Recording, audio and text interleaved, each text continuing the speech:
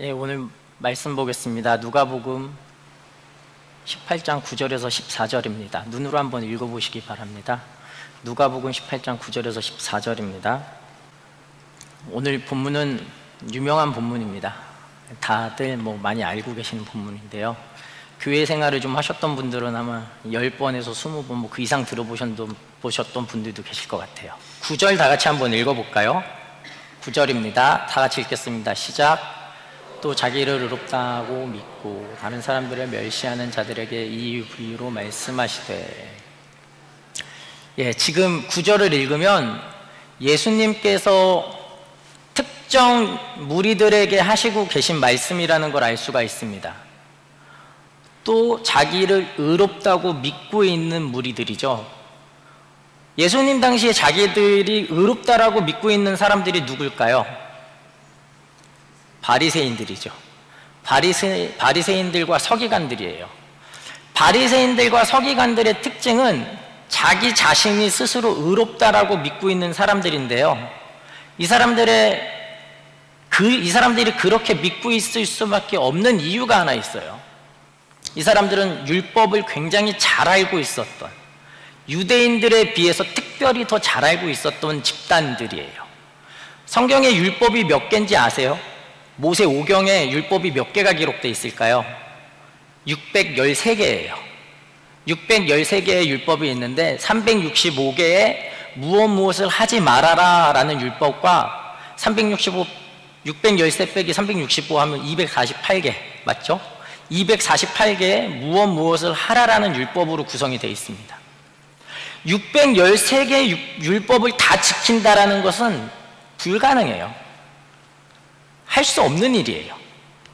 근데 지금 이 바리새인들, 자기 자신들이 스스로 의롭다고 여기고 있는 이 바리새인들은 내가 그 율법을 다 지키며 살아가고 있어 라고 말하고 있는 사람들이에요. 자연스럽게 유대인들이 바리새인들을 봤을 때 저 사람들은 좀 굉장한데? 저 사람들은 뭔가 좀 달라, 우리랑 다른 것 같아 라는 생각을 가졌을 거예요. 유대인들이 가장 존경했던 인물들이 바리새인들과 서기관들이었어요. 실제로 예수님 당시에. 그러니까 유대인들이 지금 바리새인들을 굉장히 존경의 눈빛으로 쳐다보고 있는 거죠. 근데 재밌는 건 그 뒷부분이에요. 저기 9절 뒷부분을 보면 다른 사람을 멸시하는 자라고 되어 있습니다. 지금 다른 사람이라는 이 헬라어 단어가 보통 헬라어 단어를 쓸 때 그 다른 사람이라는 뜻을 갖고 있는 단어를 쓰지 않고 다른 단어를 쓰고 있어요. 누가는 일부러 그렇게 쓰고 있는데요, 남은 자라는 단어를 사용하고 있어요. 한글 성경은 그냥 다른 사람인데 헬라어 성경을 보면 그렇게 되어 있습니다. 그렇게 쓰는 이유는 딱 하나예요. 지금 바리새인들과 서기관들이 자기 무리들만 옳다라고 생각을 하는 거예요.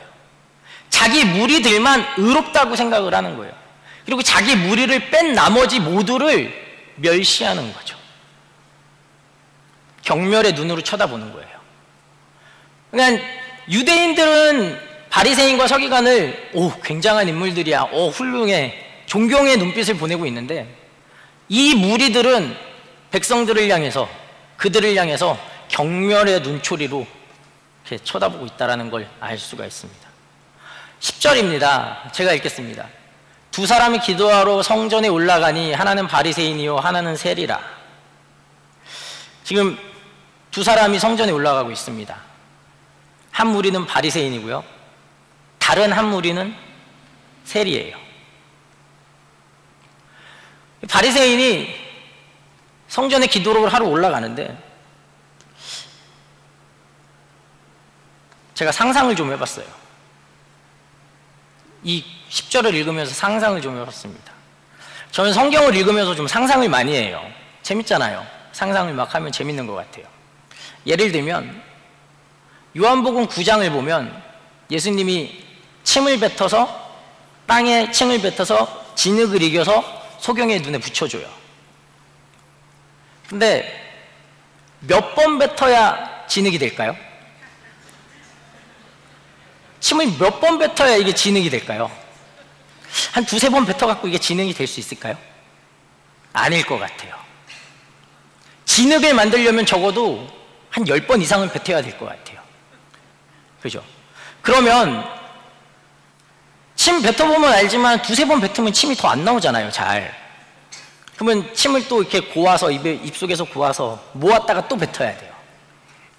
여기서 상상을 하면 알 수 있는 게 하나가 있어요.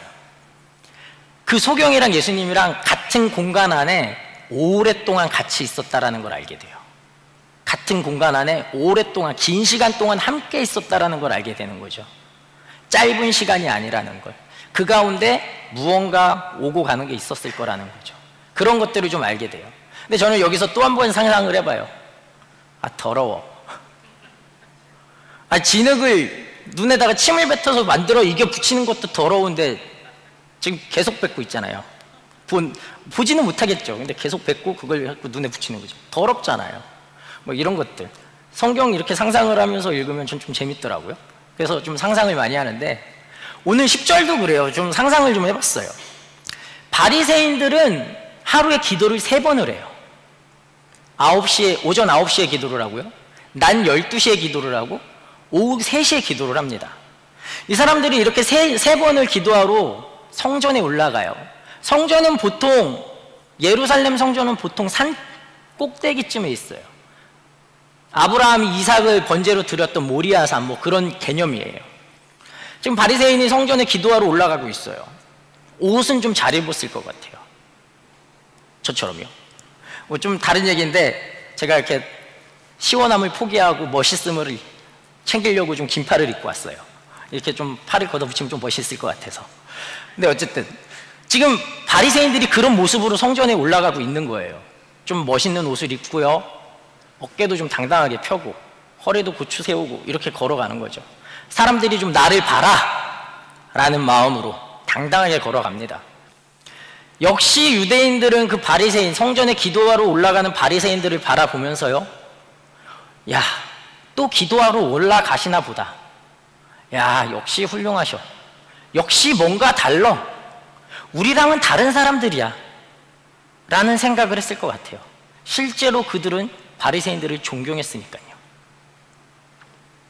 그렇게 걸어가고 있는데 한편에서는 세리가 걸어갑니다. 올라가고 있어요. 세리는 주위를 두리번 살핍니다. 혹시 누가 나를 보지는 않을까? 혹시 누가 나를 보면 어떡하지? 라는 마음으로 몰래 이렇게 주위를 두리번거리면서 올라갑니다.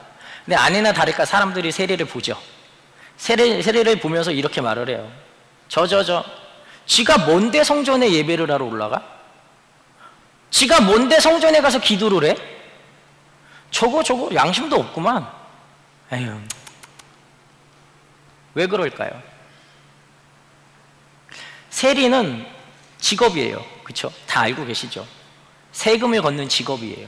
로마에 세금을 갖다 바치기 위해서. 근데 세금을 바치기 위해서 자기들이 유대인들에게, 같은 동족들에게 세금을 더 많이 뜯어다가 일부는 로마에 주고 일부는 자기들이 먹어요. 그냥 같은 동족인데 동족의 피를 빨아먹고 있는 거죠. 그러니까 같은 유대인들이 바라볼 때 세리는 손가락질의 대상이에요. 저거. 실제로 예수님 당시에는 사내들인 공회라는 데가 있습니다. 사내들인 공회는 각 지파, 12지파에서 각 지파별로 6명씩 뽑아서 72명의 지파들이 있어요. 이 72명의 지파들이 재판을 하는 곳인데요, 사내들인 공회에서는 찬기와 세리들을 버림받은 자, 하나님으로부터 버림받은 자, 선택받지 못한 선민인데 선택받지 못했다라는 거죠. 이렇게 여겼어요. 그러니까 세리들에 대해서는 죄인이라는 거예요. 하나님께서 버렸다는 거예요. 그렇게 인식하고 있다는 거죠.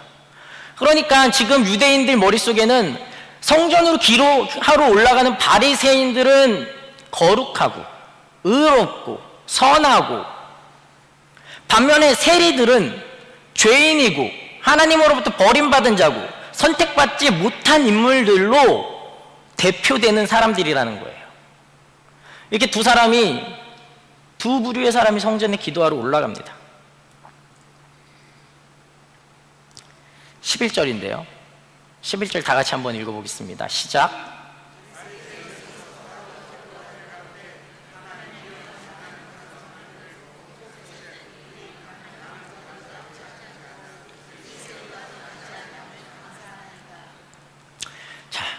바리새인들이 서서 따로 기도를 합니다.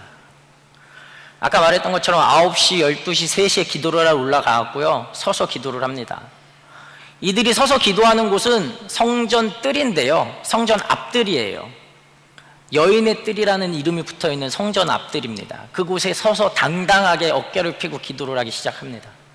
근데 재밌는 것은 서서라는 단어인데요, 이 서서라는 단어가 수동태로 쓰여 있어요. 여기서 수동태로 쓰였다라는 말은 이런 뜻이에요.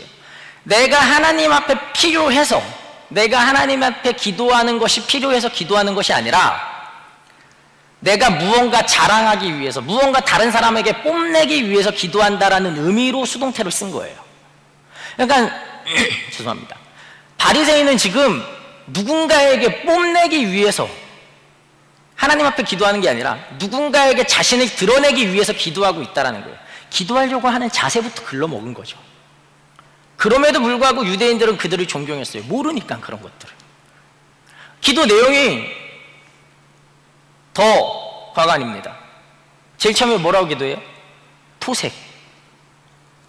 토색이 무슨 뜻인지 아시죠? 불법으로 착취하는 거예요. 강제로 빼앗는다라는 거예요. 지금 누구 들으라고 하는 말 같아요. 일부러 누구 들으라고 대놓고 하는 말 같아요. 그러면서 유대인들도 그 말을 알아듣기를 원하죠. 그러면서 계속 기도를 해요. 불이 간음하지 않았습니다. 그리고 마지막엔 대놓고 말하죠.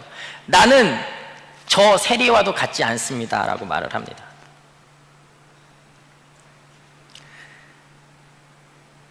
못된 사람들이에요. 분명히 못된 사람들 같아요. 12절인데요 12절 한번 볼까요? 그러면서 바리새인이 또 이렇게 기도를 합니다. 나는 일에 2번씩 금식하고 또 소득의 11조를 드리나이다 하고. 일에 2번씩 금식을 하고 일주일에 2번 금식한다라는 뜻이에요. 일주일에 2번. 레위기를 보면요, 하나님이 이스라엘 백성에게 율법을 하나 주셨어요.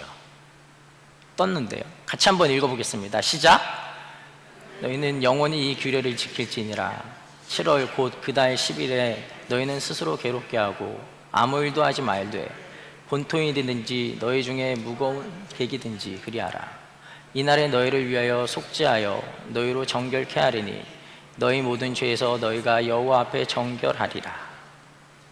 이 말이 지금 무슨 말이냐면요, 여호와 하나님이 이스라엘 백성에게 율법을 하나 주셨는데요, 대속죄일에 금식하라라는 말이에요. 7월 10일 대속죄일입니다. 대속죄일 하루 금식을 하라라고 말하고 있는데요, 지금 아까 우리가 읽었던 본문을 보면 바리새인들이 이렇게 말을 해요. 나는 일에 2번씩 금식을 하고. 무슨 말이에요? 일주일에 2번씩 금식을 하고. 다른 말로 이 말은 이렇게 해석이 돼요. 하나님이 허락해 주신 것 이상의 것을 하고 있는 거예요. 하나님이 말씀하신 것 이상의 것을 하고 있는 거예요.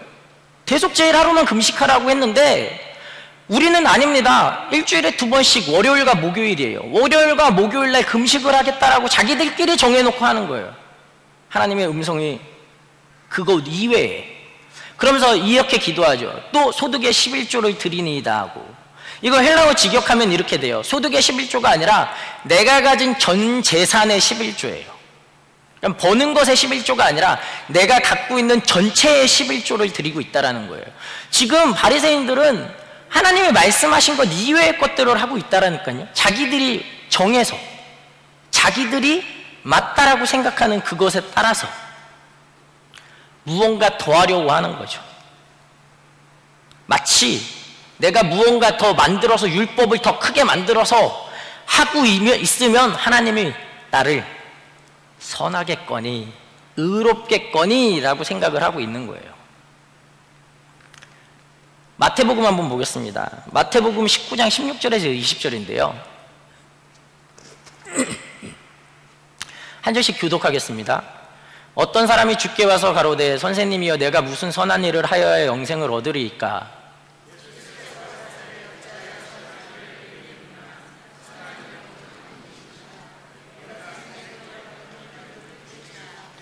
가로되 어느 계명이니 오니까? 예수께서 가라사대 살인하지 말라, 간음하지 말라, 도적질하지 말라, 거짓 증거하지 말라.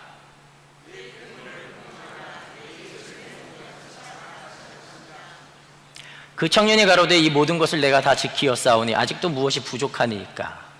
이거 제가 다른 교회 가서 엊그저께 금요일날 설교를 했던 건데요. 지금 한 부자 청년, 잘 알고 있는 것처럼 이 부자 청년은 관원이에요. 관원, 공무원이라는 뜻이죠. 이 부자 청년이 예수님 앞에 와서 물어봐요. 선한 선생님이여, 내가 어떻게 해야 내가 어떤 선한 일을 해야만 영생을 얻을 수 있습니까? 라고 물어봅니다. 그랬더니 예수님께서 이렇게 말씀하시죠. 어떻게 나를 선하라고 하냐? 선한 이는 하나님 한 분이다, 이 말이에요. 근데 이 청년의 질문을 보면 좀 재밌어요. 어떻게 해서 내가 선한 영생을 얻을 수 있습니까? 라고 했는데요, 이 영생을 얻다라는 이 말 속에는 거저 얻다라는 뜻이 있어요. 그럼 앞이랑 뒤에가 좀 맞지 않는 말이 돼요. 내가 무슨 일을 해야 거저 영생을 얻을 수 있습니까? 라는 말이 되는 거예요. 말이 좀 안 되죠. 지금 이 말이 안 되는 말을 하고 있는 건 이 관원이 이해를 못하고 있는 거예요. 영생을 어떻게 해야 얻을 수 있는지, 영생이 무엇인지 전혀 이해를 못하는 거예요. 그러면서 이 관원은, 이 부자 청년은 영생을 무엇과 연결시켜서 생각을 해요? 선한 일이라는 거예요. 내가 무엇을 해야 영생을 얻을 수 있다라는 것으로 연결시켜서 생각을 하는 거예요. 평생을 그렇게 살아왔기 때문에. 하나님께서 영생을 주신다는 것이 아니라 내가 무언가를 했을 때, 내가 무언가 지켰을 때, 내가 율법을 바로 지켰을 때, 내가 선한 일을 했을 때 내가 영생을 얻을 수 있지 않습니까? 라고 묻고 있다라는 거죠. 바리새인들도 마찬가지예요. 지금 내가 무언가 선한 일을 하면, 내가 무언가 율법에 기록된 것들을 다 지켜 행하면, 그것보다 더 이상의 것을 하면 하나님의 나를 의롭다 여겨주시겠지 라고 생각하고 있다라는 거죠.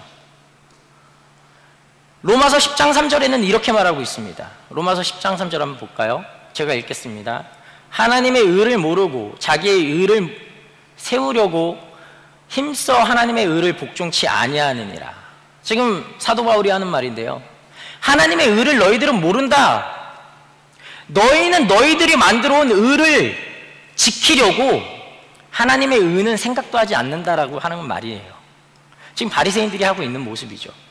자기들이 만들어서 무언가 열심히 행하면 그것이 옳은 것인 줄 알고 그것을 열심히 지켜 행하면서 하나님의 것은 신경을 쓰지 않는, 하나님의 것은 등한시하는 그러한 모습을 보이고 있다는 거예요. 이에 예수님이 그 부자 청년에게 이렇게 말씀하세요. 선한 것은 하나님 한 분이라고 말합니다. 네가 지금 선한 일을 행함으로 영생을 얻을 수 있는 것이 아니라 하나님이 너와 함께 하시고 하나님이 선하시기 때문에 하나님이 함께 하셔야만 선한 일이 되는 것이고 선한 이가 될 수 있다라고 말하고 있는 거예요. 그런데 오늘 세리는 어떻게 기도하죠? 바리새인들이 이렇게 자기를 자랑하고 나는 이런 사람이야, 나는 이렇게 율법을 지켜라고 기도할 때 세리는 어떻게 기도하죠? 13절이에요. 다 같이 한번 읽어보겠습니다. 시작.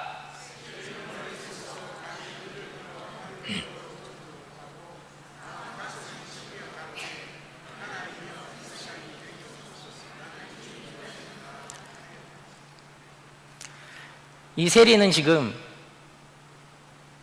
멀리 서서, 왜 멀리 서서라는 표현을 썼냐면요, 아까 바리새인들은 성전 앞마당 여인의 뜰에서 기도했다 그랬잖아요. 이 세리는 지금 성전 안에 들어가지를 못해요.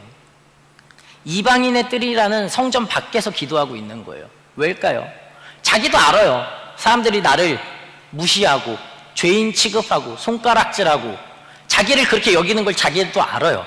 그리고 자기 스스로도 알아요. 내가 지금 나쁜 일을 하고 있구나라는 걸, 내가 나쁜 행동을 하고 있구나라는 걸 자기 스스로도 알아요. 그래서 성전 뜰 안에 갈 수가 없는 거죠. 근데 어쨌든 지금 세리도 똑같이 서서 기도를 합니다. 아까 바리새인들이 서서 기도할 때는 수동태로 쓰였다고 그랬잖아요. 지금 세리가 기도하는 이 서서는 능동형으로 쓰여져 있습니다. 무슨 말이에요? 세리는 지금 하나님 앞에 하나님이 아니면 안 됨을 하나님을 향해서 기도하고 있는 거예요. 온전히 하나님만 잡을 수밖에 없다라는 거죠. 그러면서 이렇게 기도하죠. 하늘을 향해 눈을 들지도 못하고 하나님의 나를 불쌍히 여기소서. 나는 죄인입니다 라고 기도를 합니다. 자기도 자기 자신이 부끄러운 걸 아니까요. 제가 조금 다른데 저도 이런 종류의 기도를 좀 많이 해요. 그냥 내가 하고 싶은 거 하게 해달라는 그 요만한 거 기도하는데 그게 안 돼요. 하나님 앞에 요거 기도하는데 요게 안 돼요. 그래서 하나님 앞에 막 대들어요. 따지기도 하고요, 화도 내기도 하고요.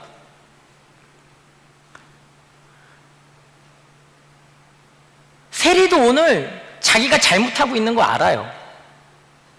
자기가 같은 동족들의 피를 빨아먹고 사는 것도 잘 알아요. 근데 그럼에도 불구하고 하나님 앞에 올라가고 기도할 수밖에 없다니까요. 하나님 앞에 기도할 수밖에 없는 입장이에요. 본인도 하나님이 택했다라고 생각하는데 어떻게 기도를 안 하겠어요? 하나님 앞에 기도합니다. 시편인데요, 시편 37편 23절에서 24절이에요. 제가 읽겠습니다. 여호와께서 사람의 길을 정하시고 그 길을 기뻐하시나니 저는 넘어지나 아주 엎드러지지 아니하면 여호와께서 손으로 붙드심이로다. 제가 이렇게 맨날 하나님 앞에 대들고 하나님 앞에 짜증도 내고 화도 내고 그러지만 매주 설교하고, 마가교회에서 매주 설교하는 게 아니라 어쨌든 다른 교회 가고 하니까요, 매주 설교하고 매주 교회를 나오는 이유는 하나님이 저를 붙잡아 주시기 때문인 것 같아요. 하나님이 저를 붙잡아 놓고 넘어질까, 혹여나 못 일어날까 봐 저를 붙잡아 놓고 옆에 세워놓고 계시는 거죠. 저는 하나님 앞에 하나님 나를 만들어 놓고 잊어버리셨나요? 박노인을 지어놓고 잊어버리셨나요? 어떻게 그렇지 않고서야 이렇게 되는 게 하나도 없어요 라고 기도하지만 하나님은 그런 저를 바라보시면서 당신 옆에 저를 세워놓고 붙잡아 놓고 계신다라는 거예요. 그게 제가 매주 나올 수 있는, 교회에 나올 수 있는 그런 이유입니다. 14절인데요, 본문 14절인데요 14절 한번 보겠습니다. 본문 14절 다 같이 읽겠습니다. 시작.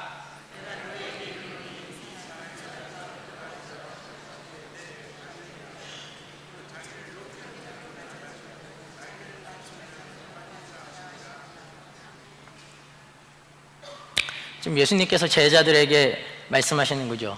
세리를 바라보면서 말씀하세요. 지금 너희가 보기에는 바리새인과 세리가 있는데 누가 의롭다 하심을 하나님께 받았겠느냐라는 말인 거예요.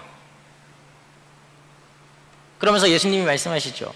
제자들도 아마 머릿속엔 그랬을 거예요. 당연히 바리새인이 의롭지라고 생각을 했겠죠. 존경하던 사람들이니까. 근데 예수님이 이렇게 말씀하세요.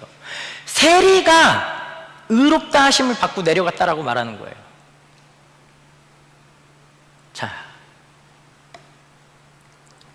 여기까지만, 오늘 이야기가 여기까지만 이렇게 진행이 되면 궁금한 게 하나 생겨요.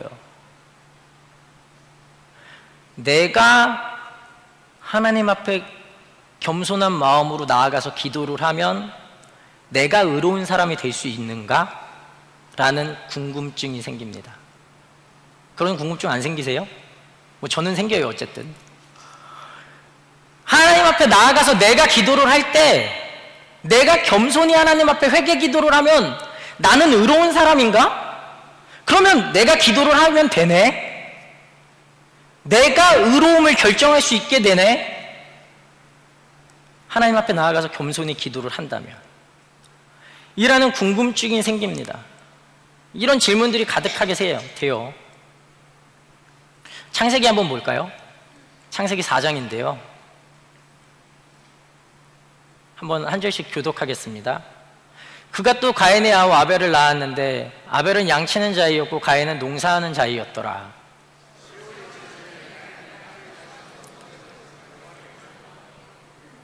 아벨은 자기도 양의 첫 새끼와 그 기름으로 드렸더니 여호와께서 아벨과 그 제물은 열납하셨으나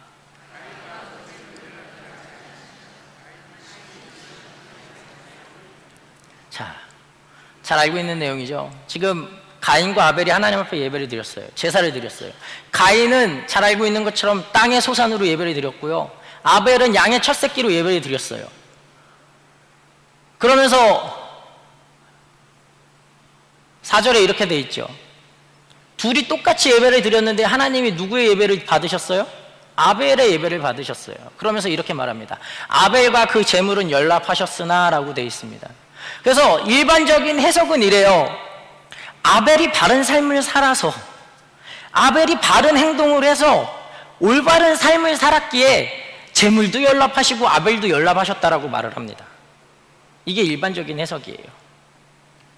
근데 이렇게 해석을 해버리면 아벨이 바른 제사를 드려서 하나님이 아벨을 받았다면 주체가 누구예요? 하나님 그냥 받는 것밖에 안 하세요. 주체가 누구예요? 아벨이에요. 바리새인들이랑 똑같아요. 세리랑 똑같아요. 지금 세리가 겸손히 기도해서 하나님이 세리를 의롭다라고 했다면 주체는 세리에게 있죠. 내가 결정을 하는 건데, 내가 바른 삶을 살고 올바른 삶을 살고 내가 겸손한 마음으로 하나님 앞에 나아가서 기도를 하면 의롭게 될 수 있는데요. 그럼 내가 하는 거잖아요. 다. 그러면 다 내가 하는 거예요. 하나님은 뭐 하시는 거예요? 높은 곳에서 그냥 아 그래 하고 있구나, 받았다, 너 의롭다라고만 하시는 거죠. 여기까지만 한다면. 근데 그게 아니죠. 우리 잘 알고 있잖아요. 아벨이 바른 제사를 드려서 하나님이 아벨을 받으신 게 아니잖아요. 하나님이 아벨을 택했기 때문에 아벨에 드린 제사까지 받은 거잖아요. 하나님이 아벨을 온전히 하나님 당신의 은혜로 아벨을 택해 주셨기 때문에 아벨이 드린 제물까지도 받은 거라니까요.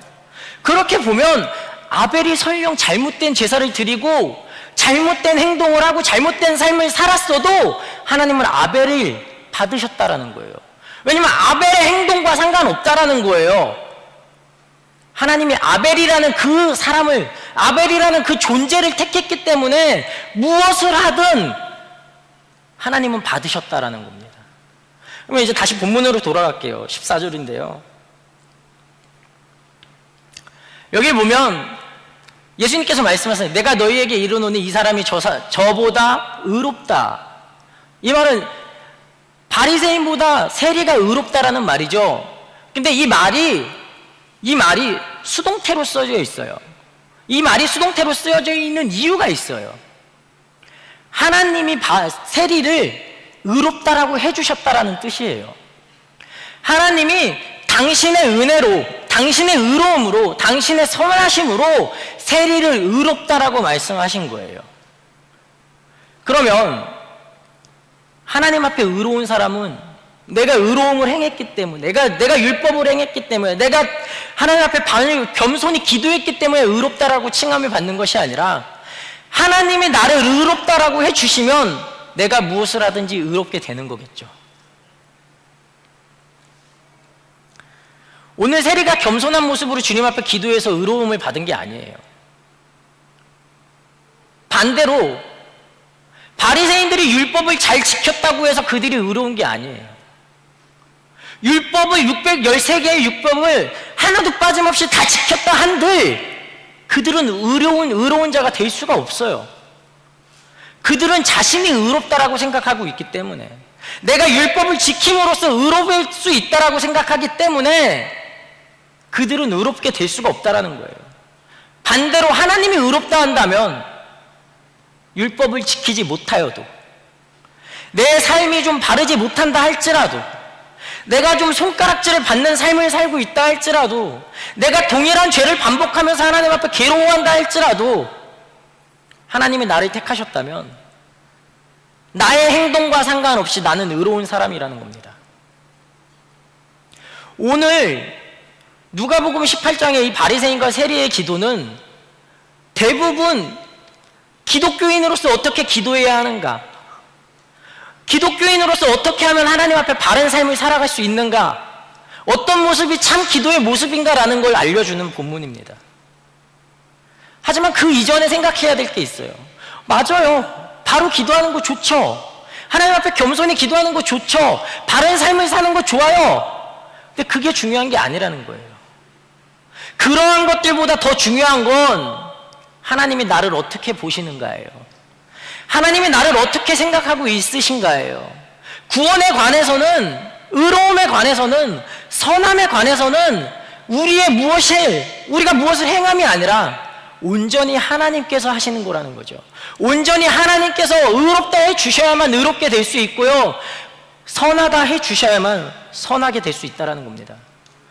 오늘 우리가 주님 앞에 나와서, 주일날 주님 앞에 나와서 예배하고, 오늘 우리가 주님 앞에 나와서 기도하고, 오늘 우리가 주님 앞에 나와갖고 구제 사업을 하고, 그래서 우리가 의로운 것이 아니라, 우리가 예배드리고 기도하고 구제 사업하고 봉사할 수 있는 이유는 하나님이 나를 의롭다 하셨기 때문에 그거에 따른 열매로 나타나는 모습들에 불과하다는 거예요. 하나님이 우리를 먼저 택하시고 하나님이 우리를 먼저 붙잡아 주셨다는 것이 중요합니다. 그것이 하나님의 은혜고, 그것이 우리가 주님 앞에 나아갈 수 있는 은혜입니다.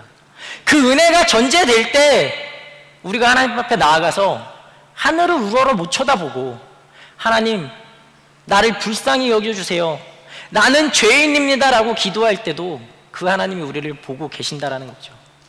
그 하나님의 말씀이 전제되고 우리가 주님 앞에 나아간다라는 것을 우리가 신앙생활을 하면서, 믿음 생활을 하면서 좀 기억했으면 좋겠습니다. 기도하겠습니다.